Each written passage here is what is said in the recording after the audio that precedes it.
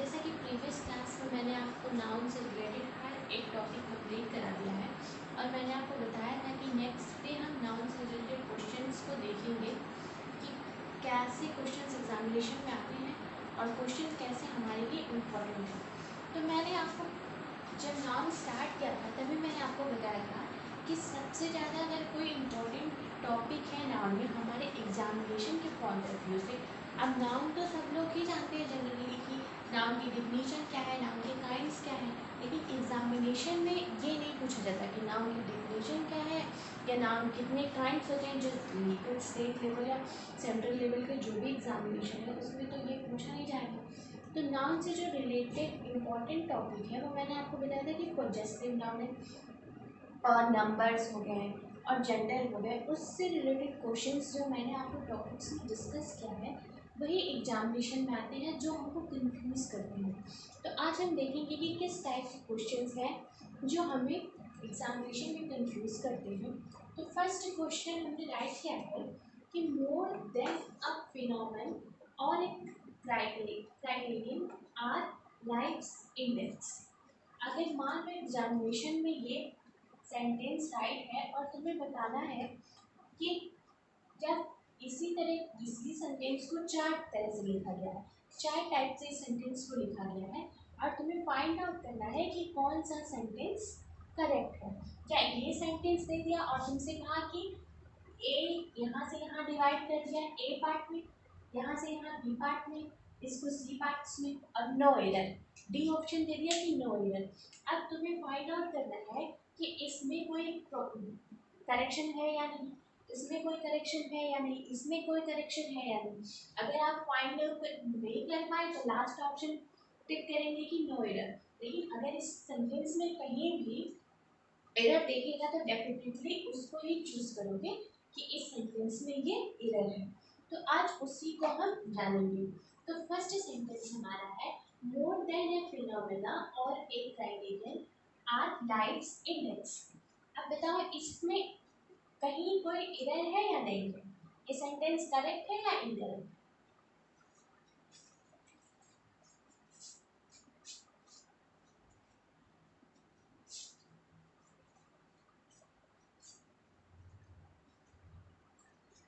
तो मैंने आपको बताया है कि मोर क्या है,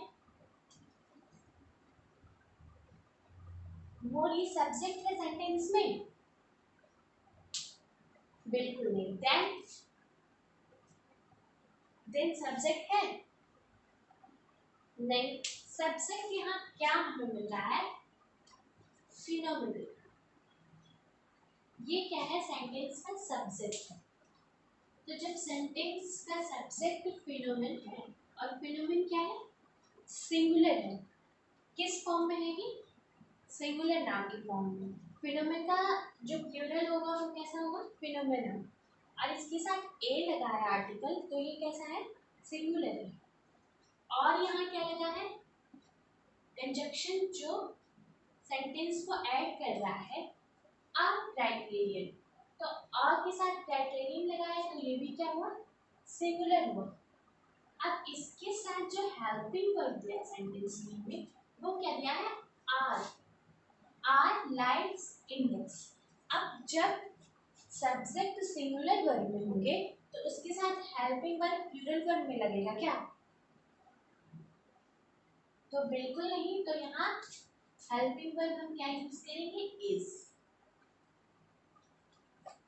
और लाइक्स इंडेक्स ये क्या है, करेक्ट है। इंडेक्स का मतलब क्या होता है, लिस्ट। यहाँ इंडेक्स के वैसे बहुत सारे मीनिंग होते हैं लेकिन यहाँ इंडेक्स का मतलब क्या है, लिस्ट।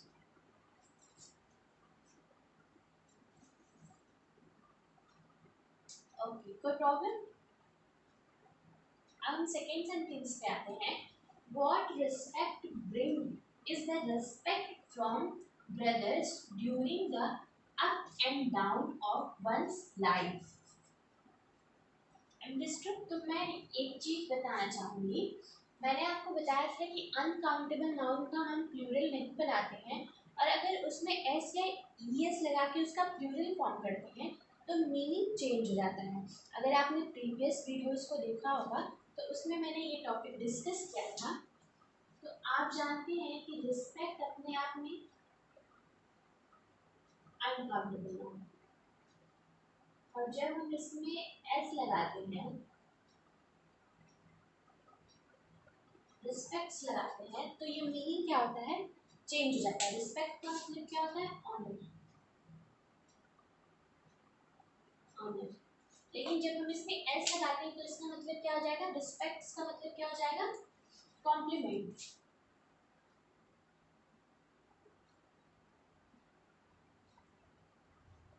ऑनर, कॉम्प्लीमेंट क्या है, बधाई। किसी को अगर हम कोई मतलब किसी के ऊपर कुछ कमेंट या किसी को बधाई देना, उसको हम क्या बोलते हैं इंग्लिश में, कॉम्प्लीमेंट। और रिस्पेक्ट का मतलब क्या होता है, ऑनर होता है। अंडरस्टूड। तो ये पहले हमें समझना होगा, ये मैंने डिस्कस किया है आपसे। और नेक्स्ट एक और चीज को हम यहाँ देखेंगे, ब्रदर मतलब क्या होता है, सिबलिंग्स।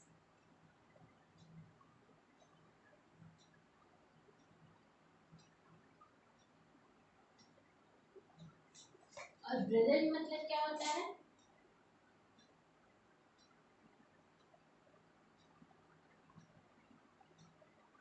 Blood relation. ब्रदर क्या, ब्रदर जनरली क्या, जो हमारा भाई, जो भाई होते हैं या जो सिबलिंग्स होता है हमारा, उसके लिए हम ब्रदर यूज करते हैं। लेकिन ब्रदर मतलब क्या होता है, जिससे हमारे ब्लड रिलेशन हो, जिससे भी मतलब एक तरह से भाईचारा कह सकते हैं, या मतलब जो हम ब्लड रिलेशन के लिए जिस वर्ड का यूज करते हैं उसको ब्रदर बोलते हैं। तो ये दो चीज पहले हम समझेंगे। उसके बाद मैंने आपको बताया था,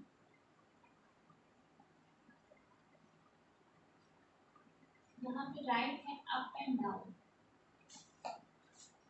तो मैंने आपको बताया था कि जब भी नाउन में हम, जब अनकाउंटेबल नाउन में हम एस और ईएस लगाते हैं तो उसकी मीनिंग चेंज हो जाती है। ये तो अनकाउंटेबल नाउन में अलग से मीनिंग के लिए है। दूसरा क्या है कि जब भी हम एस लगा के या इडम फ्रेज के लिए, जब भी हम वर्ड में एस लगाएंगे या इडम और फ्रेज निकालेंगे तो उसका एक मीनिंग निकलना चाहिए। इडम फ्रेज का ऐसा होना चाहिए, इडम मैंने बताया था आपको कि इडम भी टू टाइप्स के होते हैं डिस्कशन में। तो जब जब इस इडम से हमें कुछ मीनिंग, किसका भावार्थ पता चले और जिससे हम इसका सेंस लगा सकें कि ये किससे रिलेटेड है। तो अभी जब यहाँ पे सेंटेंस में लिखा है अप एंड डाउन, तो इससे कोई भी मतलब निकल के समझ नहीं आ रहा है। इसमें हम क्या ऐड करेंगे, एस। अब ये हमारा एक फ्रेज है, अप्स एंड डाउन्स, मतलब जिसका मतलब क्या होता है, उतार चढ़ाव।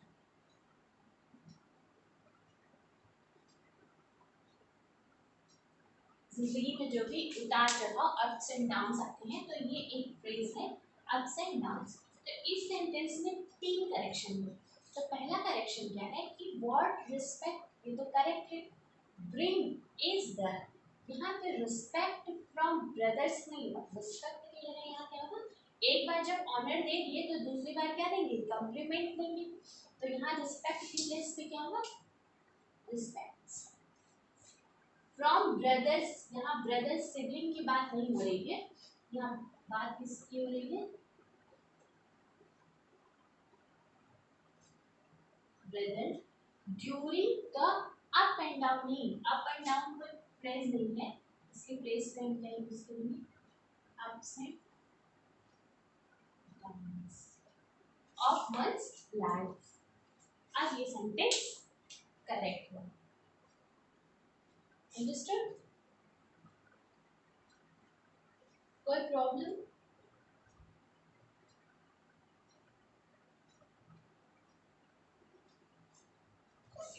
अब हम तीसरे क्वेश्चन पे आते हैं।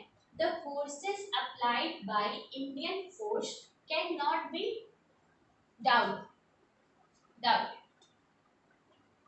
अब जैसा कि मैंने आपको बताया है कि अगर हम अनकाउंटेबल नाउन में एस या ईएस लगाते हैं, ऐड करते हैं, तो वो अपने मीनिंग को क्या करते हैं, चेंज कर लेते हैं, इन्फॉर्म कर लेते हैं। जैसे कि फोर्स आपको पता है क्या है, अनकाउंटेबल नाउन। अब फोर्स में जब हम एस ऐड करेंगे तो इसका मीनिंग बदल जाएगा। इस फोर्स को हम क्या बोलते हैं? स्ट्रेंथ। इस फोर्स को हम क्या बोलेंगे? स्ट्रेंथ। और इस फोर्स को हम क्या बोलेंगे? आर्मी। अंडरस्टैंड? जब इसमें हमने एस ऐड किया तो इसका मीनिंग चेंज हो गया। फोर्स का मतलब स्ट्रेंथ और फोर्सेस का मतलब आर्मी हो गया। तो अब सेंटेंस को देखेंगे। द फोर्सेस अप्लाइड, मतलब जो आर्मी को अप्लाई किया गया बाई द्वारा इंडियन भारतीय फोर्स स्ट्रेंथ। तो क्या फोर्स और फोर्सेस का प्लेसमेंट करेक्ट नहीं है? अंडरस्टूड? अब इसको प्लेसमेंट कैसे करेक्ट करेंगे? इस फोर्स में से इस फोर्सेस को हम यहाँ राइट करेंगे। अंडरस्टूड? और इस फोर्स को हम यहाँ राइट करेंगे। अब ये सेंटेंस करेक्ट हुआ कि द फोर्स मतलब स्ट्रेंथ अप्लाइड बाई प्रयोग किया गया द्वारा इंडियन फोर्सेस भारतीय आर्मी द्वारा कैन नॉट बी डाउटेड, उस पर संदेह करना नहीं, उस पर संदेह नहीं किया जा सकता। अंडरस्टूड? अब ये सेंटेंस क्या हुआ? करेक्ट हुआ। तो ऐसे हमें नाउन हमारे लिए इम्पोर्टेंट क्यों है, ये आपको इस जब क्वेश्चंस को करेंगे तब समझ में आएगा। नाउन की डिफिनेशन जान लेने से और उसके काइंड जान लेने से, बस इतना कर लेने से हमारा काम खत्म नहीं होता है। जब तक हम अगर हमें कॉम्पिटिटिव एग्जाम्स की प्रिपरेशन करना है तो हमें चीज़ों को डिटेल में जानना होगा। अब नेक्स्ट सेंटेंस में आएंगे। Mrs Datta met her brother Mr Rajan Sahu as the managing director of CL Private Limited। तो अब इस सेंटेंस की सेंटेंस करेक्ट है या इनकरेक्ट है?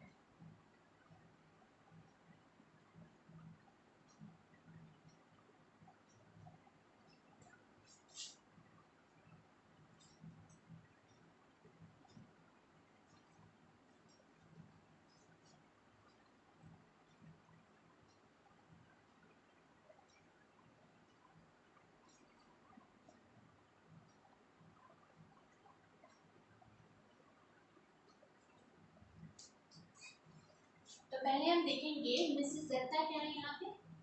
नाउन है। मेट हर ब्रदर, ये भी क्या है? नाउन है। मिस्टर राजन, अब ये क्या है? मिस्टर राजन कौन है? ये इनके ब्रदर का ही तो यहाँ पे डिस्क्रिप्शन दिया गया है कि her brother Mr Rajan Sahu as the managing director CI private limited. तो इस सेंटेंस में इनकरेक्ट जो पार्ट है वो ये है कि is the managing director of CI private limited. इस मैनेजिंग डायरेक्टर के साथ हम ये द आर्टिकल का यूज नहीं करेंगे और इस एस प्रीपोजिशन का यूज भी हम नहीं करेंगे। अंडरस्टूड? अब ये सेंटेंस क्या हुआ? करेक्ट। अब नेक्स्ट सेंटेंस पे आएंगे। Devika is going to meet Rohan's brothers the eminent scientist because she wants Rahul's father's help urgently। अब इन सेंटेंस को देखिए, इसको कैसे करेक्ट करेंगे? अब देखो, Devika is going to meet Rohan's, Devika is going to meet, यहाँ तक तो सेंटेंस बिल्कुल करेक्ट है। रोहन्स ब्रदर्स, अब यहाँ पे नजर आ रहा होगा कि दो पोस्टोफी है। अब ये थोड़ा सा प्रॉब्लम हमारे लिए क्रिएट करेगा क्योंकि हमने पढ़ रखा है कि हम कभी भी दो पोस्ट ऑफिस को एक साथ यूज नहीं करेंगे और उसमें हमने पढ़ रखा है रीजंस भी कि क्या क्या रीजंस है जिस वजह से हम पोस्ट ऑफिस को एक साथ यूज नहीं करेंगे। तो यहाँ पे कौन सा रीजंस है? Rohan's brothers the eminent scientist. यहाँ तक हम सेंटेंस को तोड़ के देखेंगे तो यहाँ पे दो पोस्ट्रोफी का यूज नहीं करेंगे तो पोस्ट्रोफी कहाँ से रिमूव करेंगे?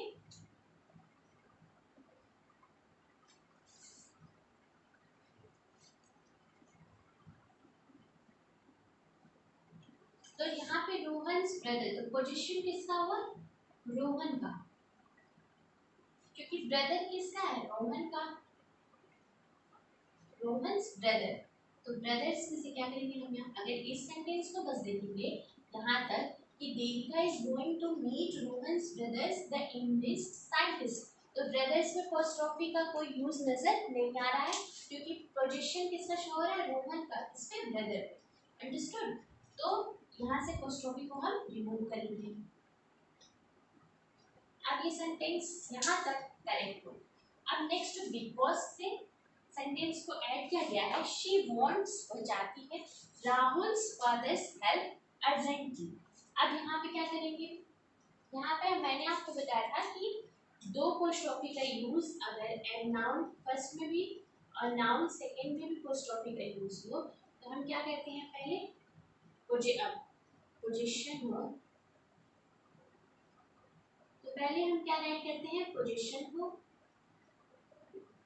उसके बाद ऑफ लगाते हैं, फिर नाउन फर्स्ट और noun second as it use कर लेते हैं। तो यहाँ पे हम क्या राइट करेंगे,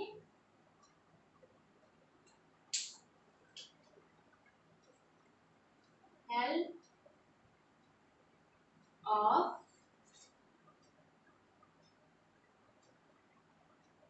राहुल्स फादर अर्जेंटली।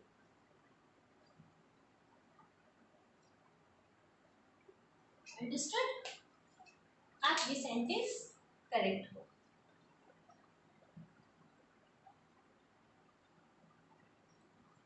आगे भी कुछ सेंटेंस और हैं जिनको हम देखेंगे।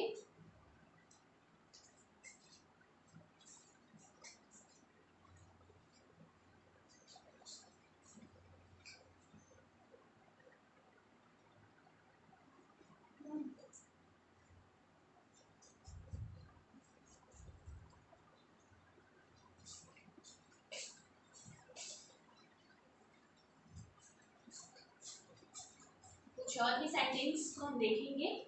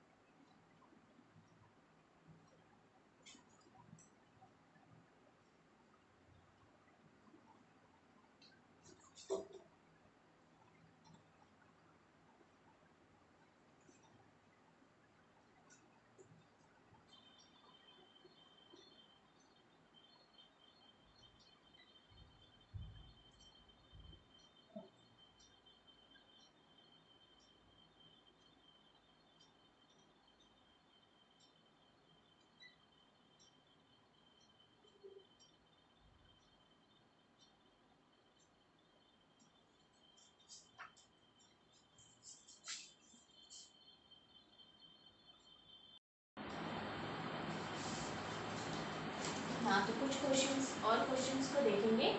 जैसे ये क्वेश्चन मैंने राइट किया है, you need not worry, you will be promoted in the time of year. इसमें कौन सा पार्ट ऐसा है सेंटेंस का जो इनकरेक्ट है? तो मैं मैंने आपको बताया है कि अनकाउंटेबल नाउन में जब भी हम एस ऐड करेंगे तो वो अपने मीनिंग को क्या करेंगे, चेंज कर देंगे। टाइम का मतलब क्या होता है, मैंने ये भी डिस्कस किया आपके साथ प्रीवियस लेक्चर में। टाइम का मीनिंग क्या होता है? टाइम का मीनिंग क्या होता है? समय। यहाँ टाइम का मीनिंग होगा समय या ड्यूरेशन। और टाइम्स का मतलब क्या हो गया?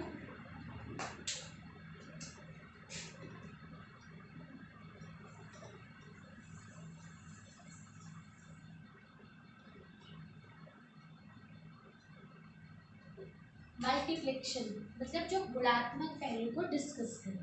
तो टाइम का मतलब हुआ ड्यूरेशन और टाइम्स का मतलब क्या हुआ, मल्टीप्लिकेशन, जो गुणात्मक पहलू को शो करे, इंगित करे। तो सेंटेंस टाइप है you need not worry, you will be promoted in the time of year. तो क्या करेक्ट होगा?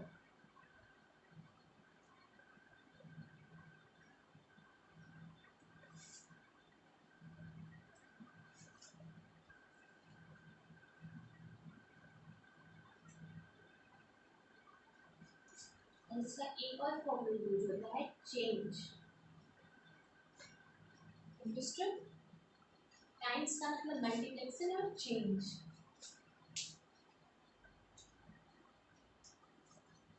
तो मैंने आपको बताया है कि एपोस्ट्रोफी है, इसका यूज हम कहाँ करेंगे, प्लेस के लिए, टाइम के लिए और पर्सोनिफिकेशन के लिए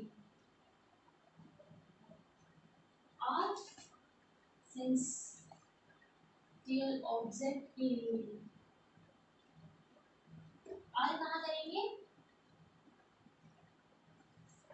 प्लेस हो गया, टाइम हो गया, पर्सोनिफिकेशन हो गया, एसेंशियल ऑब्जेक्ट हो गया और इडेंस। अंडरस्टूड? इसका एक एक एग्जांपल्स देखेंगे।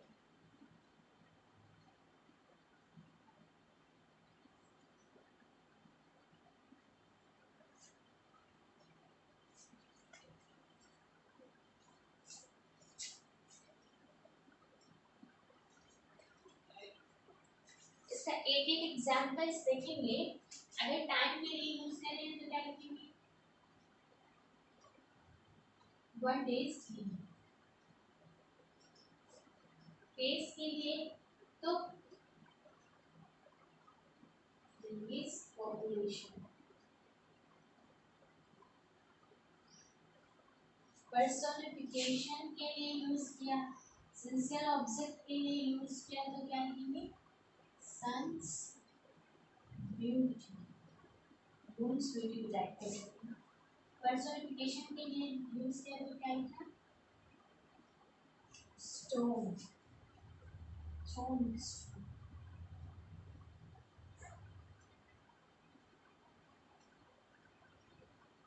स्टोन्स।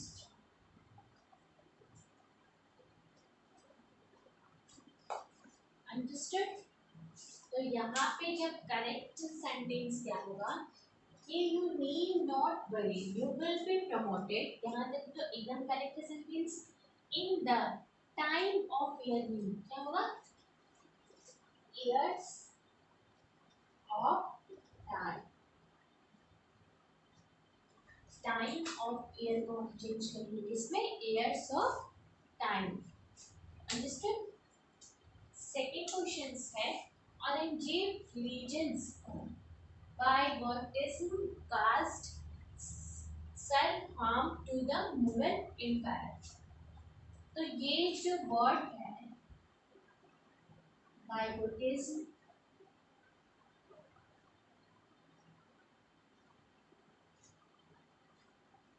ये एक वर्ड से मिलके बना हुआ यहाँ पे शो हो रहा है। ये किस वर्ड से लिखा गया है, by word। by word का मीनिंग क्या होता है, जो अपने रिलीजन को क्या सुपीरियर समझते हैं, चाहे किसी भी रिलीजन के हो, जो अपने रिलीजन को सुपीरियर समझते हैं और दूसरे के रिलीजन को इंफीरियर समझते हैं, उसके लिए हम कौन सा वर्ड यूज करते हैं, बाय गॉड। तो बाय गॉड के साथ कभी भी आई ISN सफिक्स का यूज नहीं होता है। क्यों? क्योंकि ISN का क्या मीनिंग है हिंदी में? वाद। हमने सुना है, क्या लिखते हैं हम? यस। तो इसका क्या मतलब है? प्रकृति पर।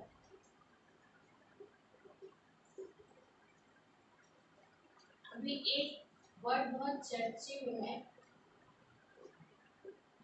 नेपोटिज्म। ये वर्ड बहुत इसमें बहुत ही चर्चे में है। तो नेपोटिज्म मतलब क्या होता है?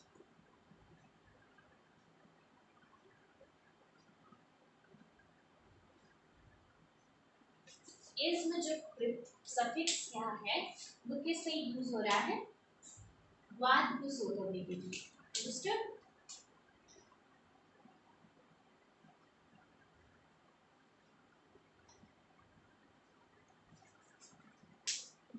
वाद को शो करने के लिए हो रहा है। तो बाइगोटिस में ये सेंटेंस क्या है? इनकरेक्ट है।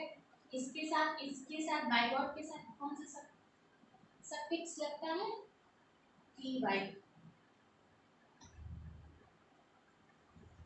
तो ये करेक्ट वर्ड होगा जो यहाँ पे ना राइट करेंगे। अब ये सेंटेंस क्या होगा? कार्ड सर हम टू द नोबल। एक और सेंटेंस हम देखेंगे। I keep on laughing love love and dance dance in the physics. तो अब इस सेंटेंस में लाफिंग के प्लेस पे हम कौन सा वर्ड यूज करेंगे? लॉफ। लॉफिंग लॉफ क्या है? लॉफ एक वर्ब। लॉफिंग क्या है? लॉफिंग एक जेड। अंडरस्टूड? तो यहाँ पे लव है, लॉफ है एंड डांस है इन द फिजिक्स। तो आई कीप ऑन लॉफिंग ये जो यूज हुआ है जीरो, ये इनकरेक्टली यहाँ पे यूज क्या होगा? लॉफ्टेड। क्यों लॉफ्टेड का यूज हो रहा है? क्योंकि हम इसको अनकाउंटेबल में जब चेंज करेंगे तो लॉफिंग का क्या सेंस मिलेगा? लॉफ्टेड। अंडरस्टूड? लॉफ्टेड क्या है? अनकाउंटेबल। तो ये कुछ सेंटेंस थे जो हमने नाउन से रिलेटेड सेंटेंस को देखा और कैसे वो इम्पोर्टेंट है हमारे लिए। नाउन जो पॉइंट है वो एग्जामिनेशन के लिए वो हमने जाना। अब नेक्स्ट डे से हम नया टॉपिक स्टार्ट करेंगे, प्रोनाउन। और जैसे नाउन को ब्रीफली पढ़े हैं वैसे ही प्रोनाउन को ब्रीफली स्टडी करेंगे। Thank you.